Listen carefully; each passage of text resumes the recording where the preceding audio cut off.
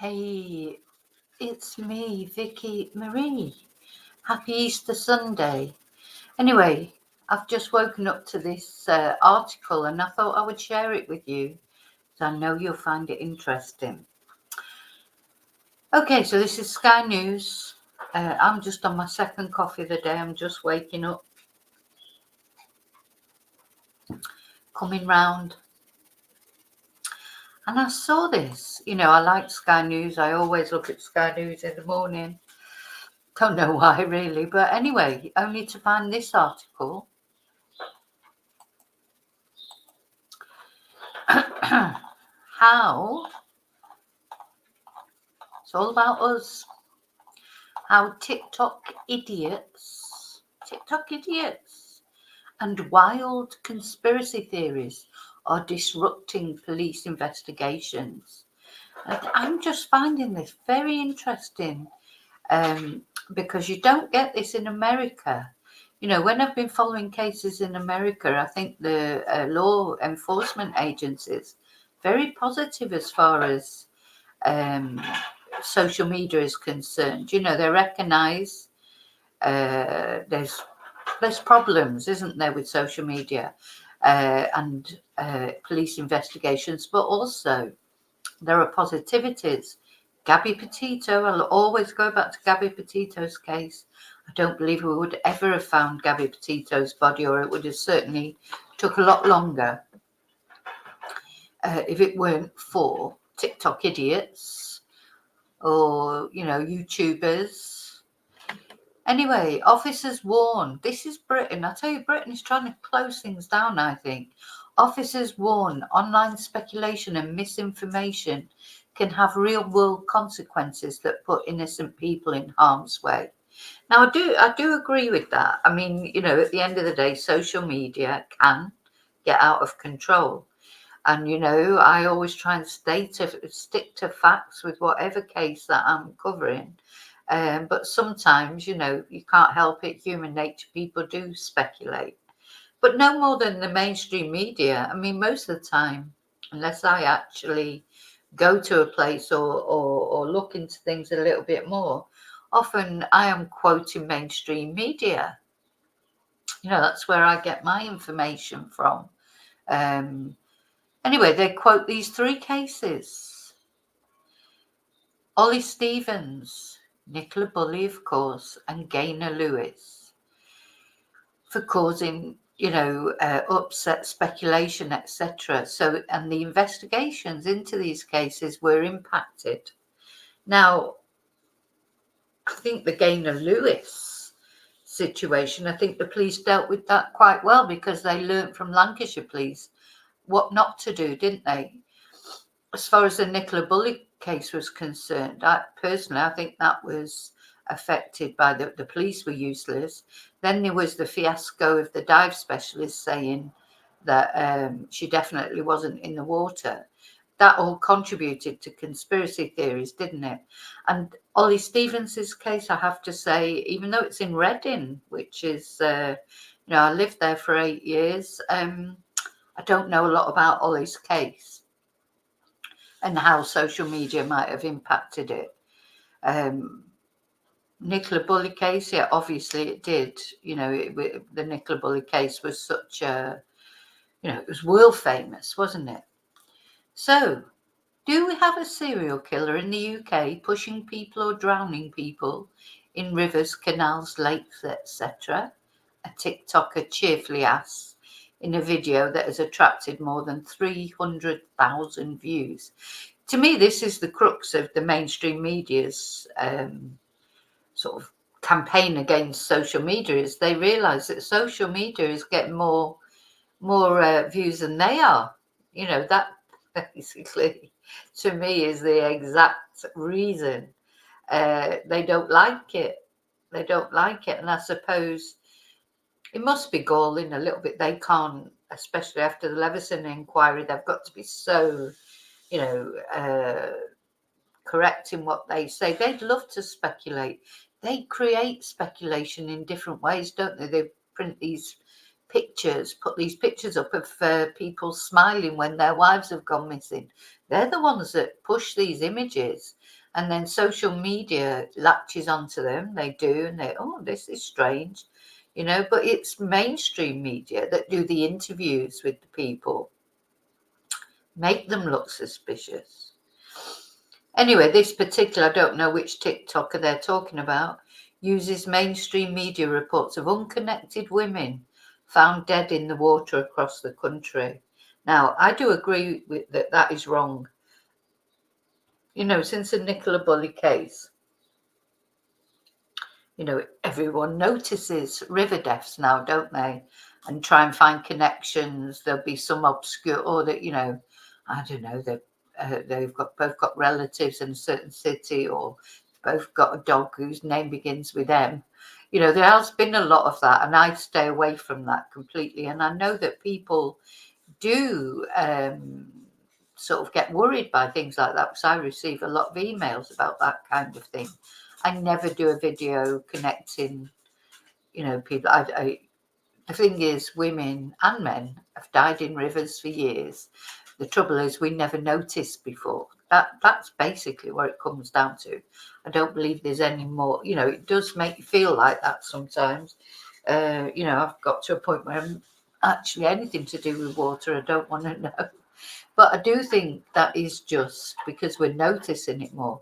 I also think that sometimes when you get a high profile case like Nicola Bulley, if somebody had been thinking of doing something to themselves, or, I do think that can lead to them sort of noticing that, and all this talk of how quick, you could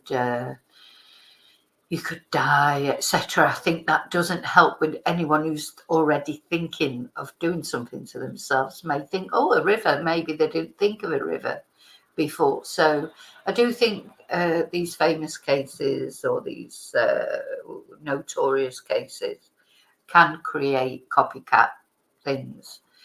But, I've never thought for a minute that there was any connection between Gaynor Lord and Nicola Bulley.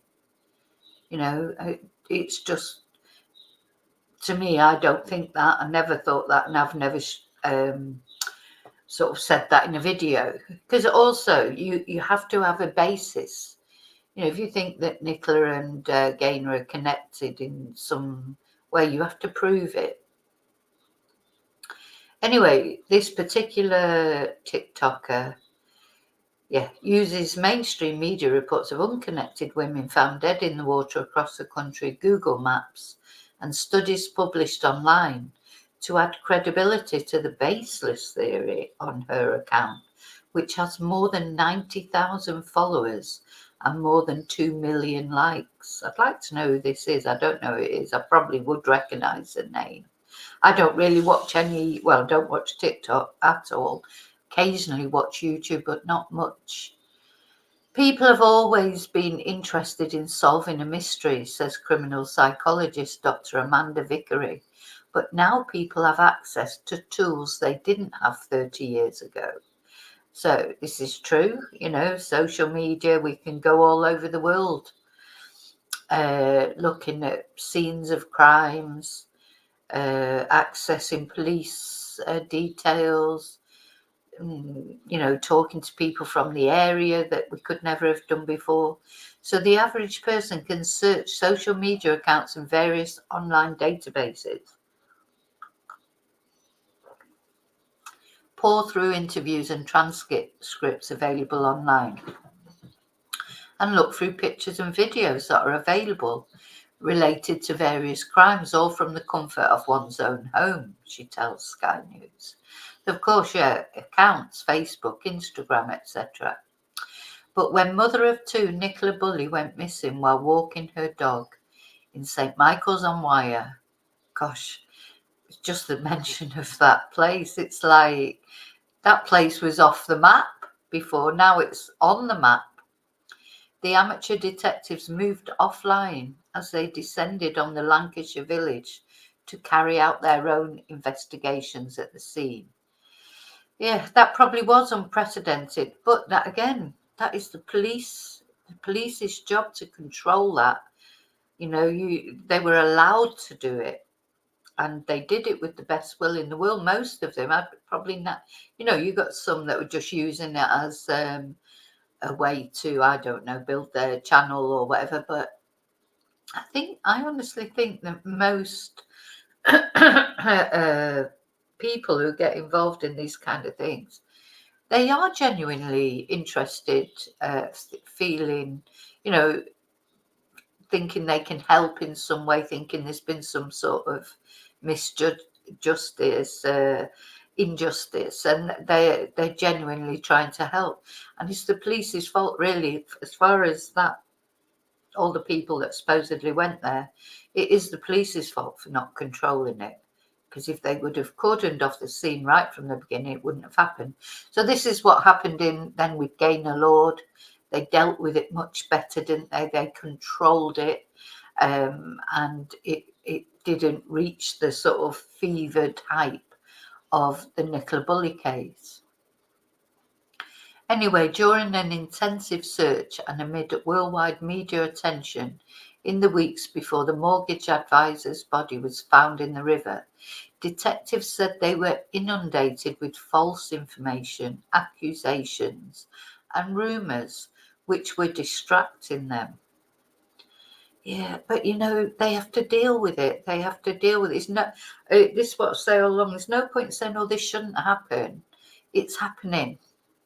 It's happening. So you have to deal with it. You know, like women have to deal with the fact that they can't walk or run safely by a river or along a trail without getting attacked and murdered or pushed in the water or whatever. We have to deal with it. So police, you have to deal with it. Deal with it. Find new ways of dealing with it. You have to. That's this. You're not going to. The world is not going to change now. People are not going to stop watching YouTube channels or TikTok or whatever. You know, you have to be realistic. You can't just say, "Oh no, we don't." You know, we don't want anything to do with that. You've got to deal with it and live with it. That's what we have to do as women. Anyway, police issued a dispersal order to break up groups of amateur sleuths filming in the area, while YouTuber Dan Duffy was arrested and issued with a fixed penalty notice. So they've actually named him. Oh, and Curtis, he gets a mention. He had earlier posted clips to his 206,000 subscribers on YouTube, saying he had been in people's back gardens at night time, while TikToker Curtis Arnold filmed the police as they pulled Miss Bulley's body from the river. And again, Curtis, I don't agree with what he did, but he was allowed through the cordon, wasn't he? He was allowed to do it. I mean, he was filming surreptitiously as well. That's the only thing that I don't agree with. I've seen his videos where they would ask, "Are you filming now?" And he said no, and he was. That's not right, is it? If you're filming, you have to be open about it, you know. I didn't watch any. I don't think I've ever watched a Dan Duffy video. I think I sort of missed that, luckily. And I don't know if he's. I know there's been talk about him. I've seen it on Facebook, but again, I don't know if any of that is true. You know, the thing is, you have to take everything with a big pinch of salt.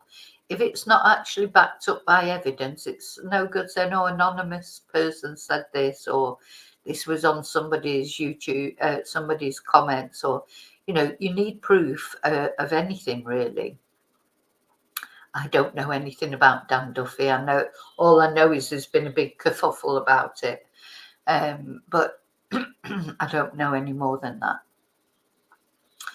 After a coroner concluded Miss Bulley died after accidentally falling into cold water, her family said in a statement, "We encourage people to look at the facts, the evidence which has been heard during the inquest, and the conclusion reached by the coroner, to ignore any amateur views and opinions, and be mindful of the impact that words bring." Now, you know, it's true that, but, you know, we did look at the facts that, you know, the inquest, at the end of the day, the inquest was full of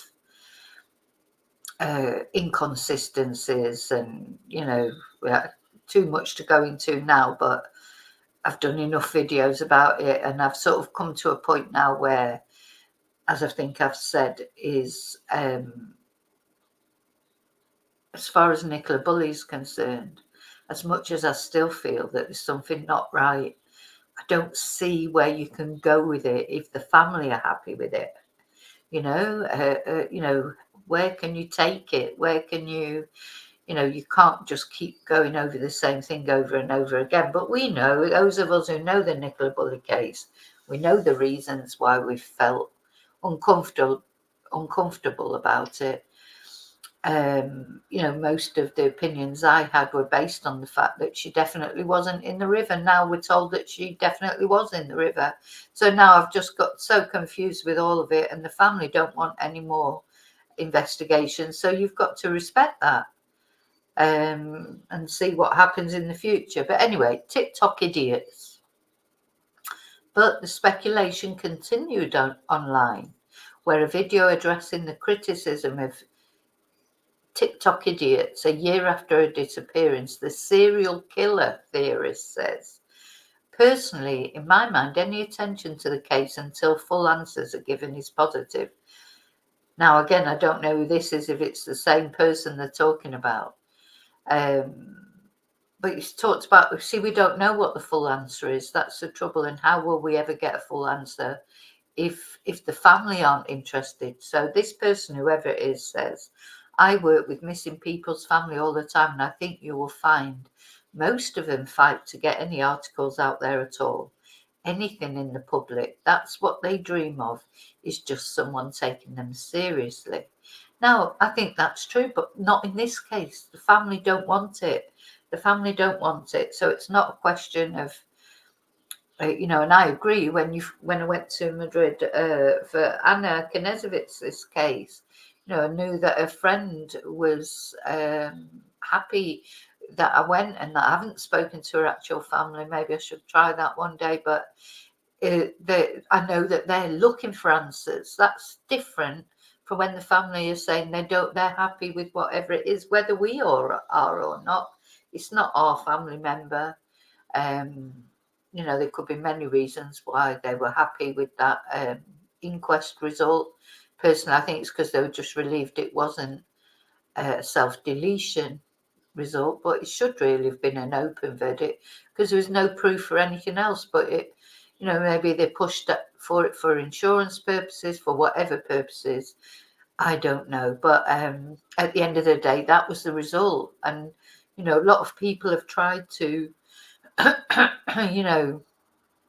contact the coroner or find out more information, and you're just getting stonewalled. So you can't do the impossible, because all that ends up then is just a load of speculation. Some things that are said are ridiculous. I'm afraid they are.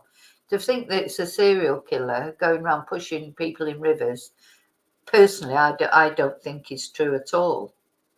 Anyway, in this case, all the attention was fine until it wasn't, and then we were shamed quite terribly. Yeah, I do think there has been a lot of shame put on social media people, and I do think they're doing it for the best reasons. So that's the other thing we have to remember. And I'm sure any YouTuber, if the family sent you a message and said, look, just don't do this anymore, you wouldn't do it. Lancashire Police also faced heavy criticism over their handling of the investigation. Well, that's because it was rubbish.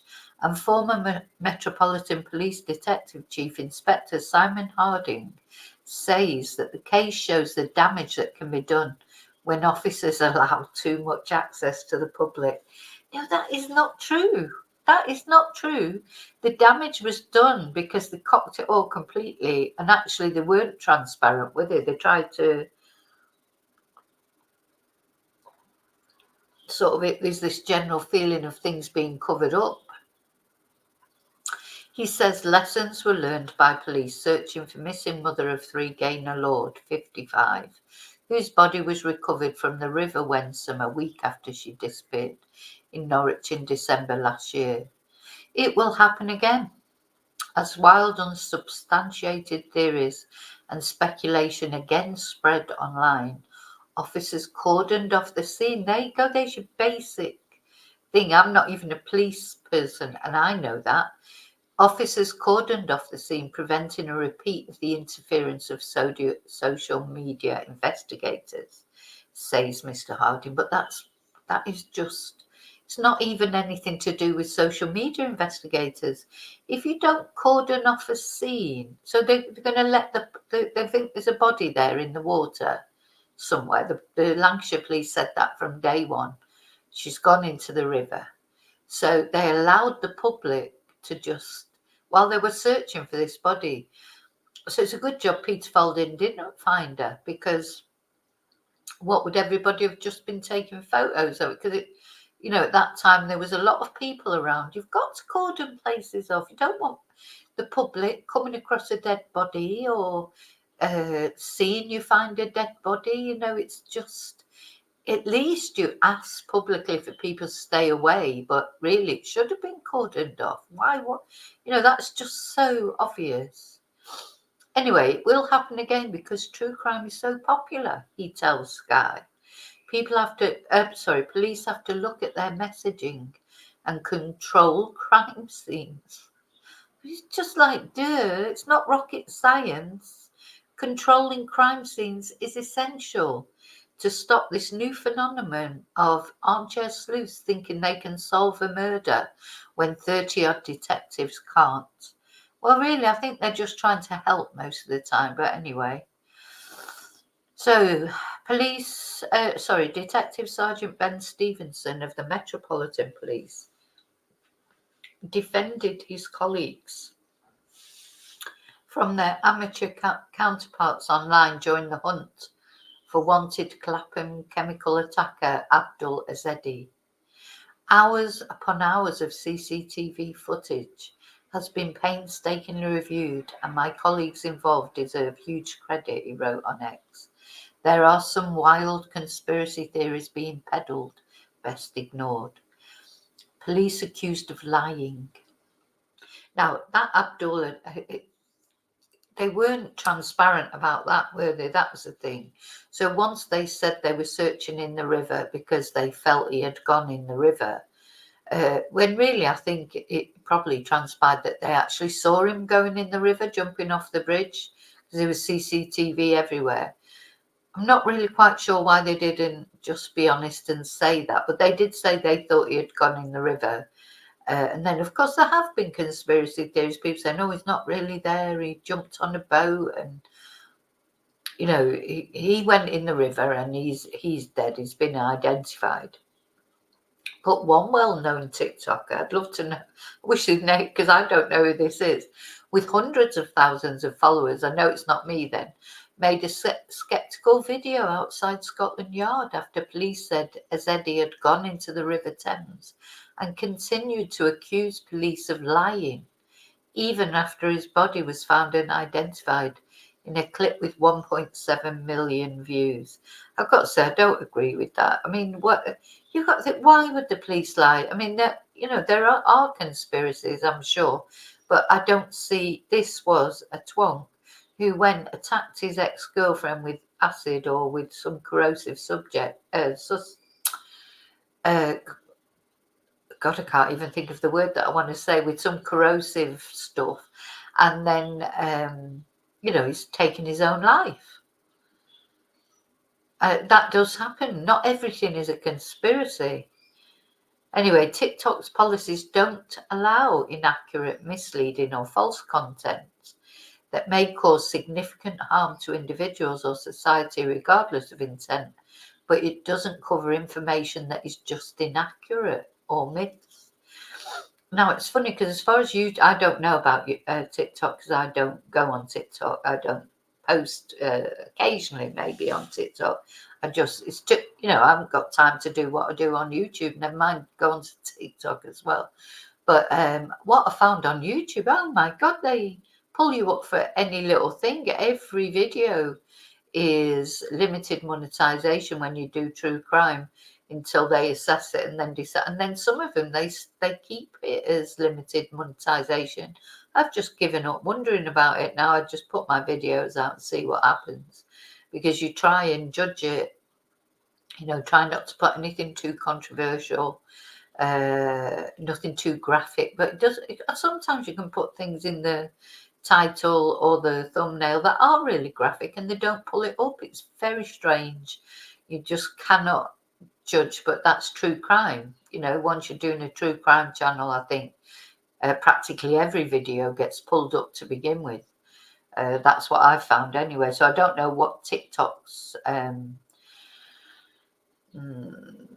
policies are.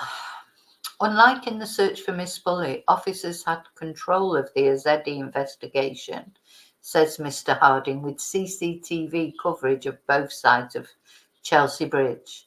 But he believes their messaging could have been more brutal to make it clear they knew he jumped into the river and put an end to the speculation.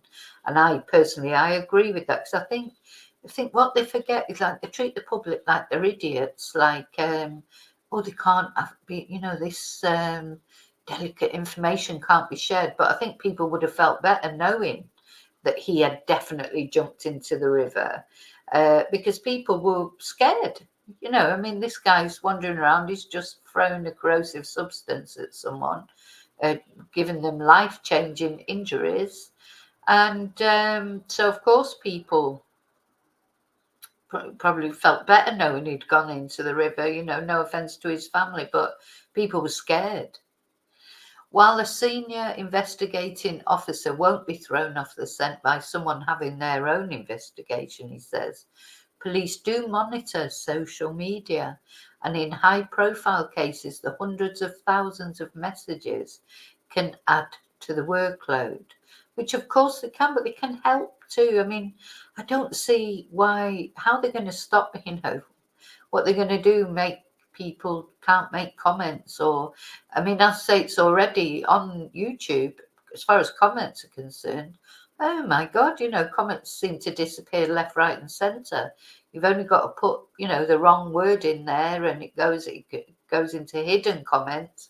Or sometimes they seem to disappear completely. People often say to me, oh, I've put a comment and it's gone. And I don't remove comments unless they're, obnoxious. Obviously, I do remove them.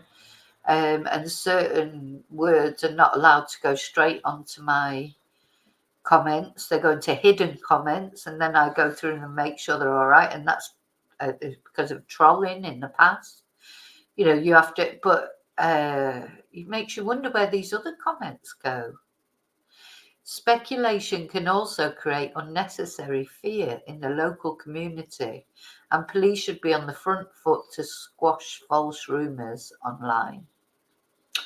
In the hours after 30, now I didn't know much about this case, you may know about it, but apparently on the 3rd of January in 2021, 13-year-old Ollie Stevens was stabbed to death, bless him, in Reading.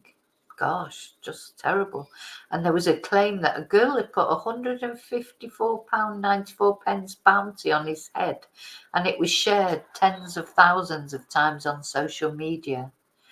The allegation was dismissed as fake news by police, and some of the 200 Thames Valley police officers working on the investigation had to contact bloggers and online commentators amid concern they might prejudice the case. Oh God, it'd be awful to get an email from the police, wouldn't it? Say, you can't say any more about this case. That's why I always try I don't want to interfere with anyone's case. I just really, for my channel, as far as my channel is concerned, it is Vicki Marie Chats. We're chatting. People get concerned over things that happen and they want to talk about them. I'm quite happy for people to put their theories forward, but I always ask people to be, thoughtful about it and kind to each other with the theories. People have all different theories, but it's up to the police to control the narrative, not me. If they want the narrative to be controlled properly, they have to learn to deal with this. We were really more concerned about the wider risk and repercussions and people taking matters into their own hands, which clearly would have been at best very unwise and at the worst against the law. Detective Chief Inspector Andy Howard said after Ollie's killers were convicted. Well, they managed to convict his killers, so it didn't affect the investigation that much. Rest in peace, Ollie. And I send my prayers out to his family because he's 13 years old, bless him. Merseyside police blamed misinformation, speculation and rumours on social media after 7 men were jailed over a violent protest outside the Suites Hotel, which was housing asylum seekers in Knowsley in February last year. And I do believe that as well. I think sometimes there's incitement to hatred. But you know what? It's not only social media that does that. The government does that. Bloody Priti Patel and Suella Braverman, they've incited hatred by making comments. So they can't blame that all on social media. Crowds shouted, "Get them out," as rocks and fireworks were thrown at police after a video was shared appearing to show an asylum seeker from a hotel asking a 15-year-old for her phone number and a kiss, a court heard. I remember that. I do remember that. Real world consequences. Anyway, in June last year, the same force said a 27-year-old man was assaulted by youths after false allegations along with photographs were posted on social media that he had tried to abduct a child and take photos of the youngster outside a shop. For months, police and partners have warned that misinformation and speculation online have real-world consequences that put innocent people in harm's way. Sadly, this case is an example of this danger. Online speculation, misinformation, and sharing can actually damage the outcome of investigations and cause unnecessary fear and consequent behaviour. So these were the protests in Merseyside.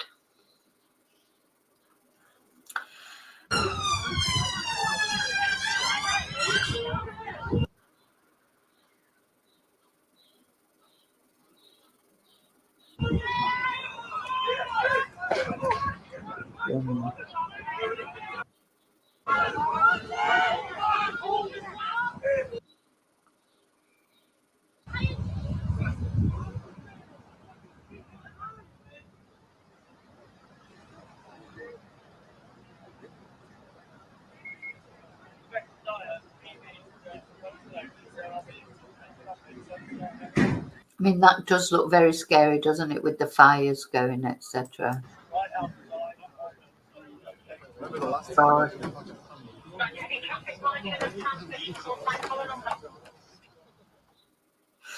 now, people in Liverpool, they are notoriously, what's the word, they don't put with, they do protest, and so they should, and I'd rather see them protest against the government, to be honest, than protest against things like this. I mean, the immigration, at the end of the day, it's a massive problem. I don't know who's going to do what about it.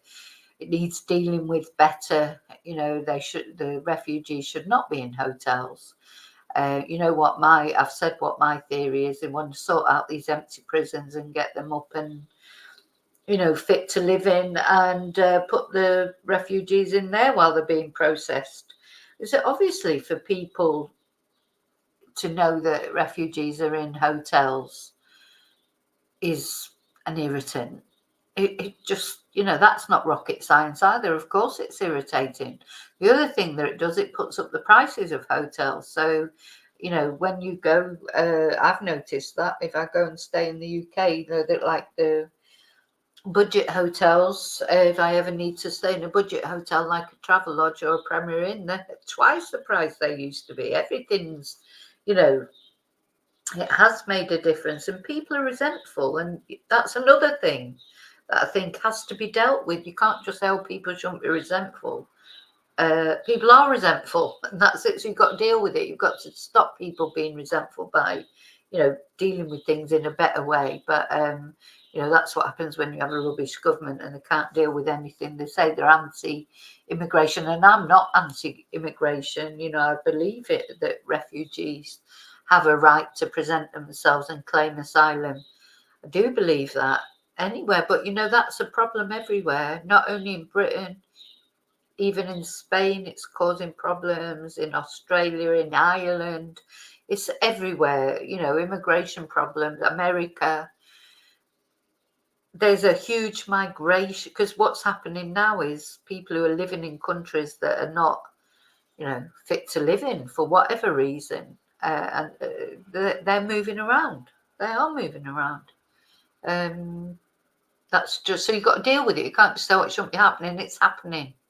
So for one reason or another, and probably the internet, social media, etc., is helping that as well, because people can communicate and talk about where they can go, etc. So again, massive thing that needs attention. So people have been using social media to spread theories or speculate, particularly in missing person cases, for some time, says social media expert Matt Navarra.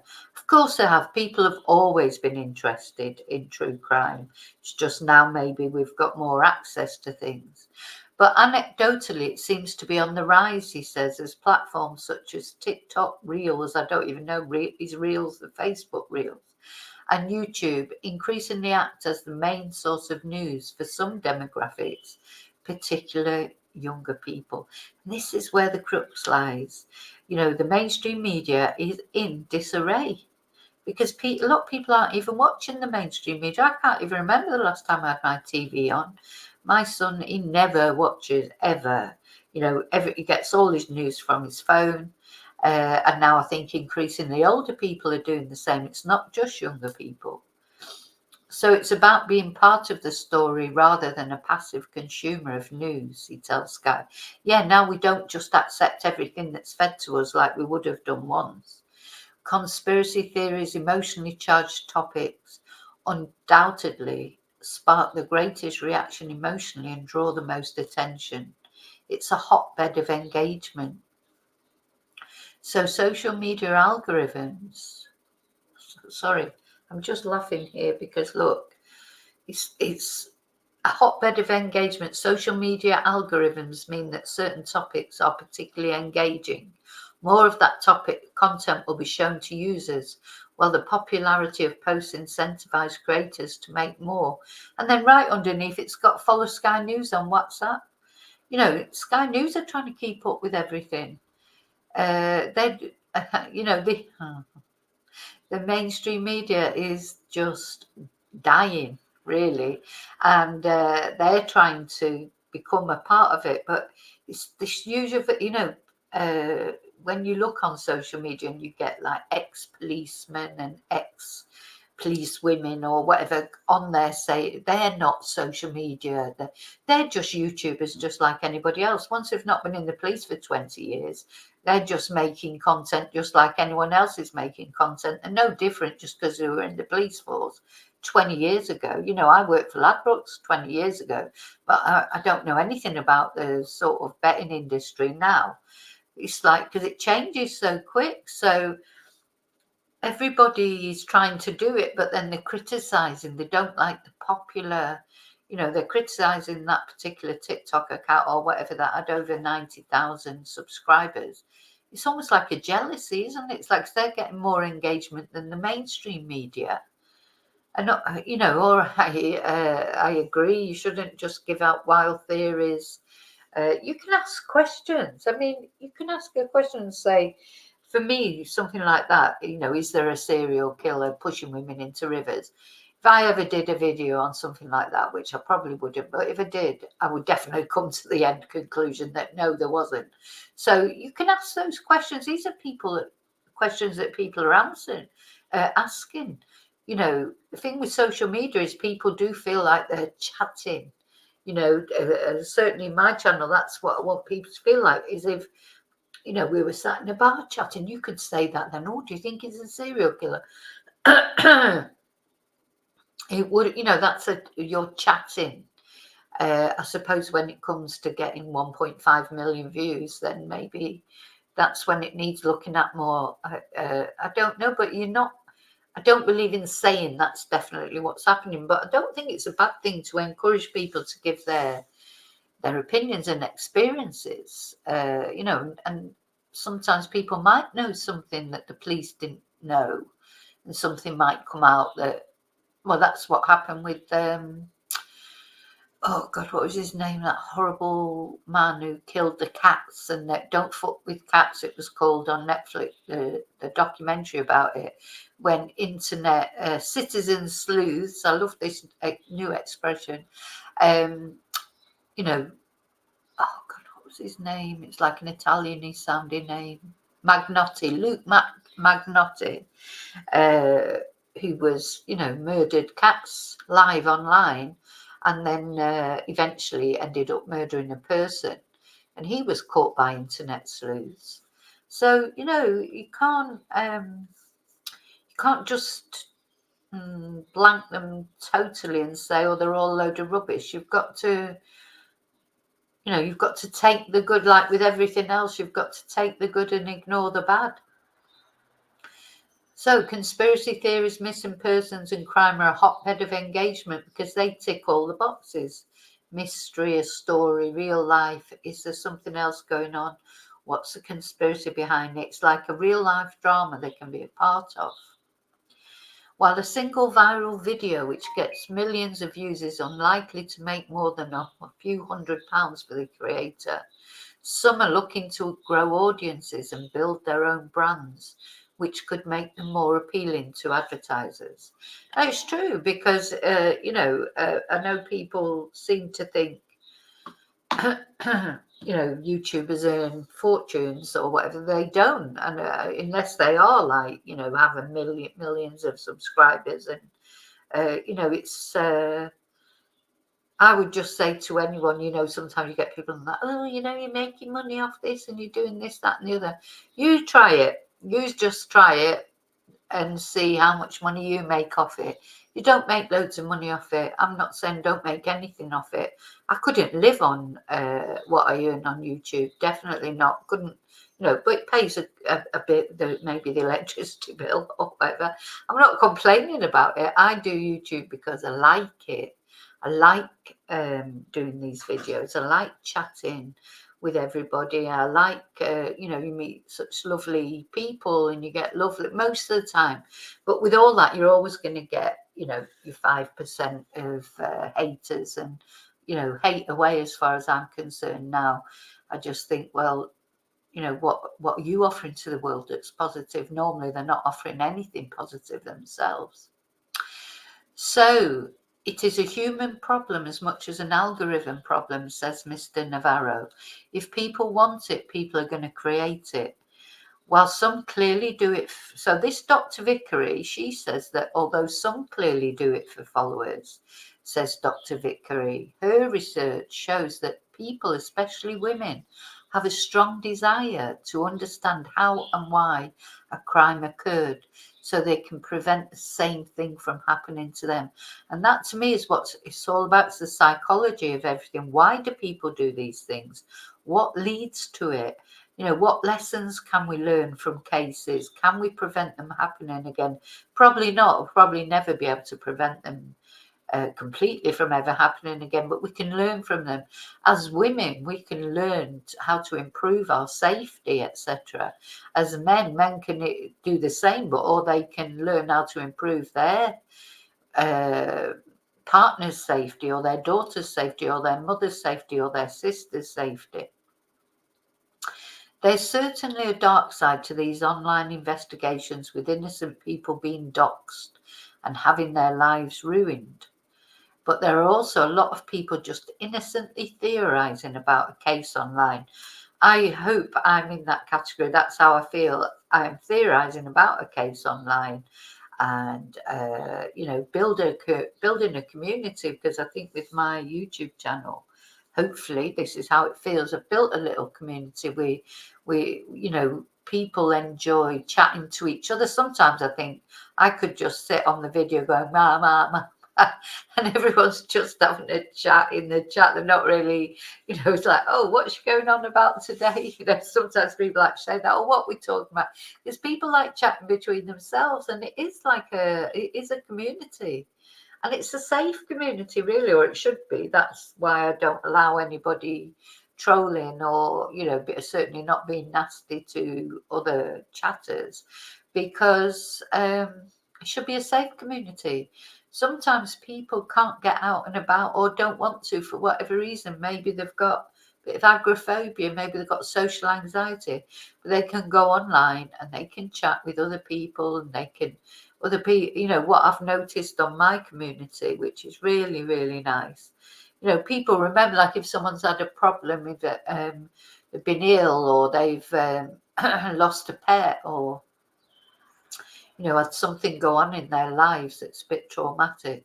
People remember it and they ask how they are, and you know, I think it's nice. So I think it's about time we start looking at the positivity in social media instead of the negativity, and that they'll all, with everything in life, you can't have positivity without some negativity. You've just got to hope that the positivity, as long as the positivity is more than the negativity, it's always going to be worth doing, isn't it? So see, you know, Dan Duffy, I don't know, I'm sure Dan Duffy had a you know, had a what's the word, you know, I'd like to think that he wasn't trying to cause havoc, you know, that he was genuinely trying to help, you know. And it must be difficult, because we do have to remember that these three people, and all people in true crime, they are real people, and they have family, and they have friends, and they have children. Obviously not Ollie, but he has parents, and those children are going to read things, and maybe things are going to come up on their feeds if they put their parents, you know, if they put their loved one's name into, you've got to, I'd like to think that what comes up hopefully is not too horrible, not from my channel anyway. And yeah, I have learned a lot since I started YouTube. You cannot accuse anybody of anything unless it's proven. You can just talk about what's going on in the case, you know, in a sympathetic way. And you have to think of all possibilities, but at the end of the day, you don't know the real answer until the police come up with, you know, until you hear something official. It is just speculation, and we have to remember that. Oh, just looking at their faces, because yeah, you would hate to think that you or your family were ever going to end up being a newspaper headline like this. But you know, here you go, you've got Henry Vaughan here on Sky News. He's calling TikTok idiots and wild conspiracy theories, but really he's using that as a headline himself. You know, at the end of the day, Sky News, they want clicks, they want people to look into their articles, etc. So we've got to be aware of that, haven't we? Okay, so I thought I'd just share that with you. Oh my god, I need to do something with my hair, don't I? Literally haven't even brushed it. I literally woke up like this. So have a great Easter Sunday. I'll see you later. I haven't decided what time yet, but I'll be putting the link up for the live for our Easter party. We leave true crime behind, and we're going to have a bit of fun. We've got an Easter egg hunt. I think I'm going to do a quiz, an Easter quiz. And yeah, just share, like lots of people have sent me in all sorts of different photos, etc. And we're going to remember a bit about, you know, we're going to look at what is Easter, because I think it gets lost these days. You know, Easter is not all about Easter eggs. I mean, whether you're religious or not, which I'm not a religious person, but at the end of the day, Easter is about a tradition, you know, for a reason. And so we're going to have a little look at that, you know, what the origin, why are we celebrating Easter Sunday?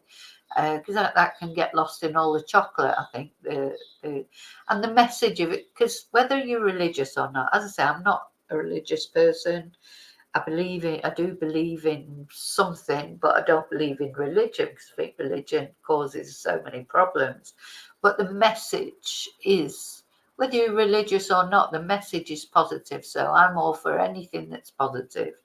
And whether you believe in, you know, Jesus Christ, or you don't believe in Jesus Christ, at the end of the day, the message is a positive one, and that's what counts. as far as I'm concerned.